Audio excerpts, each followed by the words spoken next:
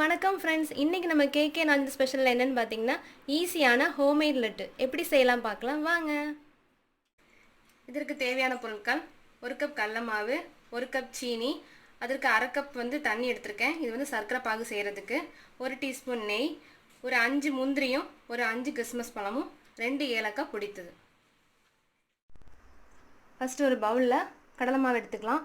இந்த கடலை மாவு நல்லா சலிச்சு எடுத்துக்கோங்க, அப்போ தான் அந்த உருண்டையெல்லாம் வராது.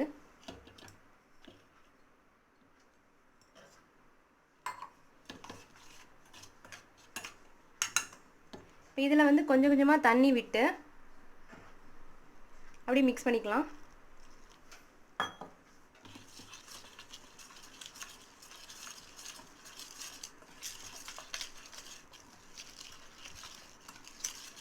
இது கொஞ்சம் தோசை மாவு பக்குவத்துக்கு நம்ம ரெடி பண்ணணும்.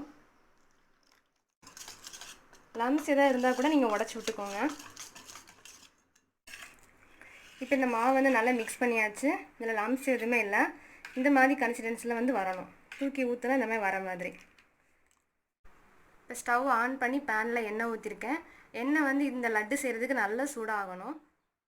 இப்போ எண்ணெய் நல்லா சூடாயிருச்சு. பாருங்கள், போட்டோன்னா மேலே வந்துருச்சு. இப்போ நம்ம பூந்தி ரெடி பண்ணிடலாம்.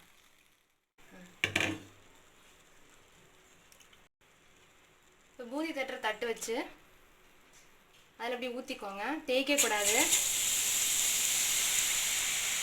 நம்ம லைட்டாக இதில் இப்படி தட்டி தான் கொடுக்கணும்.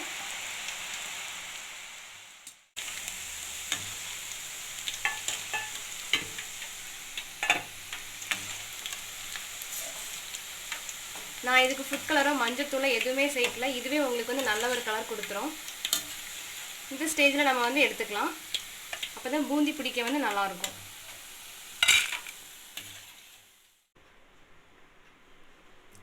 இப்போ மறுபடியும் ஒரு வாட்டி போட்டு காமிக்கிறேன் பாருங்கள். இப்படி சுற்றி ஊற்றிக்கோங்க. லைட்டாக இப்படி தட்டி மட்டும் விடுங்க. பாருங்கள், பூந்தி நல்லா குண்டு குண்டாக அழகாக இருக்குது. வால் எதுவுமே இல்லை, ரவுண்ட் ரவுண்டாக அழகாக இருக்குது. இந்த மாதிரி தான் பூந்தி செய்ய ரெடி பண்ணணும்.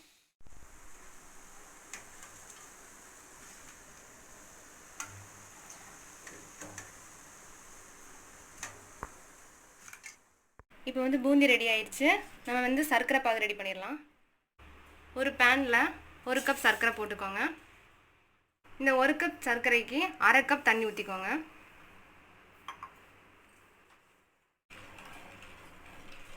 இப்போ ஸ்டவ் நான் சிம்மில் தான் வச்சுருக்கேன். ரொம்ப ஹை ஃப்ளேமில் வைக்காதீங்க, அப்படி கிளறி விட்டுட்டே இருங்க. இப்போ பாகு ரெடி ஆயிடுச்சு. இது ஒரு கம்பி பதம் வந்தால் போதும். இந்த மாதிரி ஒரு பதம் வந்தால் போதும்.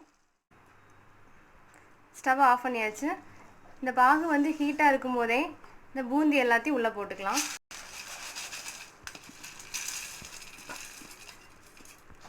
மிக்ஸ் பண்ணி விட்டுருங்க நல்லா. அது கூட தட்டி வச்ச ஏலக்காயும் போட்டுருங்க.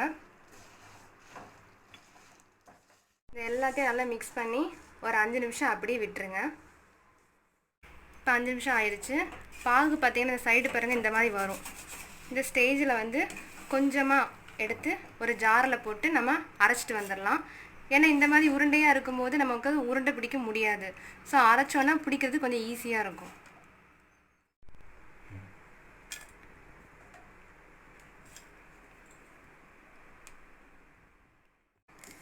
இந்த மாதிரி கொஞ்சம் குறைக்குறான்னு அரைச்சி எடுத்துக்கோங்க. இப்போ நம்ம இதில் மிக்ஸ் பண்ணிக்கலாம்.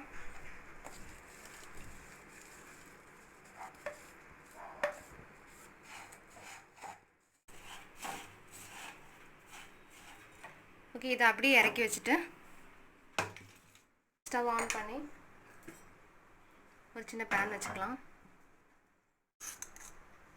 இதில் 1 டீஸ்பூன் நெய் விட்டுக்கோங்க. அதில் முந்திரி, கிறிஸ்மஸ் பழம் போட்டுக்கலாம்.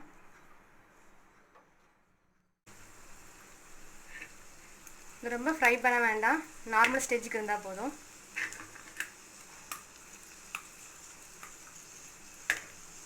ஸ்டவ்வை ஆஃப் பண்ணிவிட்டு அதில் மிக்ஸ் பண்ணிடுங்க.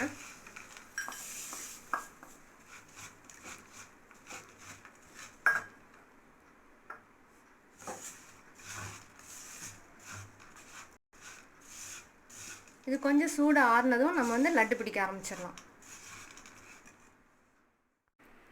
இப்போ நல்லா சூடு ஆறிடுச்சு. இப்போ லட்டு வந்து உருட்ட ஆரம்பிச்சிடலாம். கொஞ்சம் நல்லா மிக்ஸ் பண்ணி விட்டுக்கோங்க.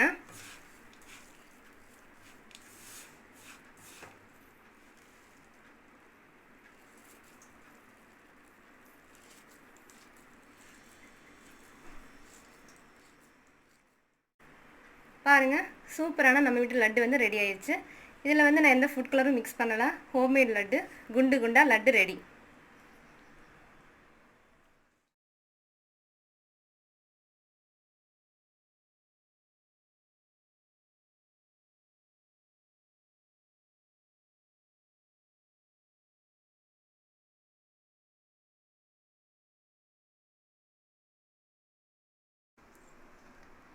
இந்த 1 கப் மாவில் நம்ம வந்து 16 லட்டு செஞ்சுருக்கோம்.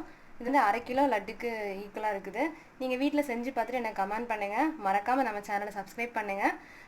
குண்டு குண்டு லட்டு வந்து ரெடி ஆயிடுச்சு. Thank you viewers.